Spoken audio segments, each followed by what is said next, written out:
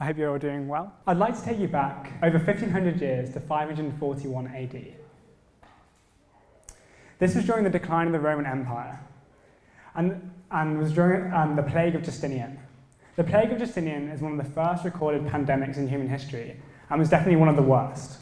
It swept through Egypt, Palestine, and the Mediterranean and caused significant economic struggles and weakened the Roman Empire. It's estimated that it cost between 25 and 50 million lives. It's easy to look back and think that our knowledge of science and medicine prevents destruction like this happening today. And it's true that we've come very far in our understanding of controlling the disease, particularly amongst communicable diseases. However, there's a pandemic that exists today with an annual death toll 37 times higher than the plague of Justinian. It undermines economic institutions, threatens global health, and contributes to the cycle of poverty that's pervasive in many countries today. I am, of course, talking about the tobacco pandemic. Over 7 million lives are lost annually due to tobacco consumption. It's linked to all 4 of the most common non-communicable diseases and often kills people in the peak of their wage earning capacity. This robs families of their breadwinners, deprives nations of a healthy workforce, and contributes to the cycle of poverty that exists in many countries. In addition to this, tobacco companies frequently smuggle their own products to evade tobacco control measures, explicitly market towards children, and refuse to end the exploitation of children in tobacco fields. There's a stark difference between these two tragedies. The first difference is that the tobacco pandemic is entirely man-made, and the second is that we are well informed on how to stop it. In countries with high tobacco consumption, that's the countries in dark red, about 20% of disability-adjusted life years are attributable to tobacco use. And whilst there are fantastic organisations working in many of these places, we believe that the scale of the problem is sufficiently high that there are many regions without sufficient tobacco control measures. Treating non-communicable diseases can be challenging. We can't vaccinate against obesity or hand out bed nets that prevent heart disease. Instead, we have to change people's behaviour. Possibly the best tool that we have to do this is policy. Implementing policy can be difficult. When done successfully, brings impact at scale. And in the case of tobacco, that can mean saving millions of lives.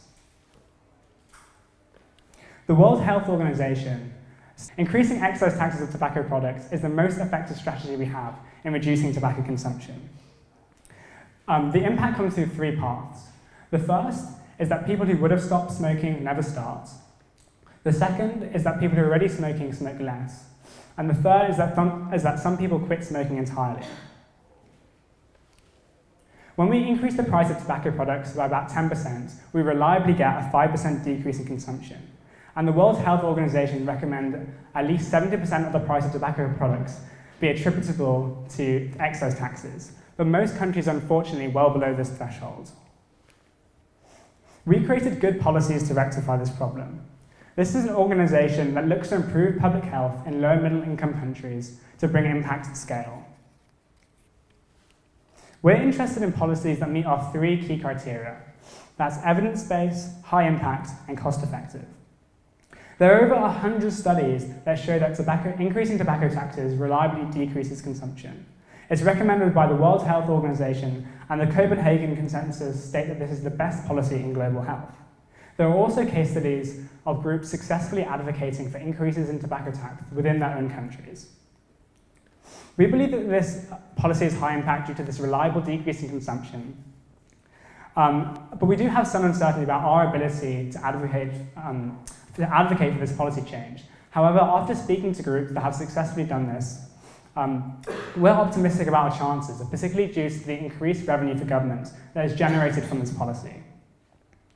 The Copenhagen Consensus have also stated this is the most cost-effective policy in global health, with an estimated cost effectiveness of $3 to $78 per disability-adjusted life year averted. This is one reason that GiveWell is particularly interested in this policy, as it may well prove that advocacy for this policy is significantly more cost-effective than their current top charity recommendations. We envisage this organisation having 3 main functions. The first is identifying policy windows with a high expected value. Our research indicated that there are certain points in time in certain regions where advocacy for this policy might be significantly more cost-effective than in other countries. And we're working with experts to systematically identify these valuable policy opportunities. The second is to fund additional campaigns that we think would have otherwise been unlikely to be started. By providing funding and research, we can work with existing organizations that are sympathetic to our mission. We also believe that policy should be locally led, as this will ensure it's more sustainable. The third is to provide technical assistance to these organizations. When in conversation with potential project partners, they identified a number of key barriers that were preventing them from advocating for this policy. We are building our internal capacity to remedy this through our own independent research, connections with the wider tobacco control community, and making talented hires. Through our conversation with experts, we have identified Mongolia as a promising place to pilot our organization. This is for a few reasons. The first is that Mongolia has an extremely high smoking prevalence, particularly amongst men, which are often the sole breadwinners in families there. The second is that there is a Mongolian parliamentary election coming up. Historically, Mongolia has been particularly amenable to changes in excise taxes in the years preceding this election. And the third is that as Mongolia is not a priority country for any large funders, at the moment it's neglected by the tobacco control community. We're still developing our strategy with a potential project partner.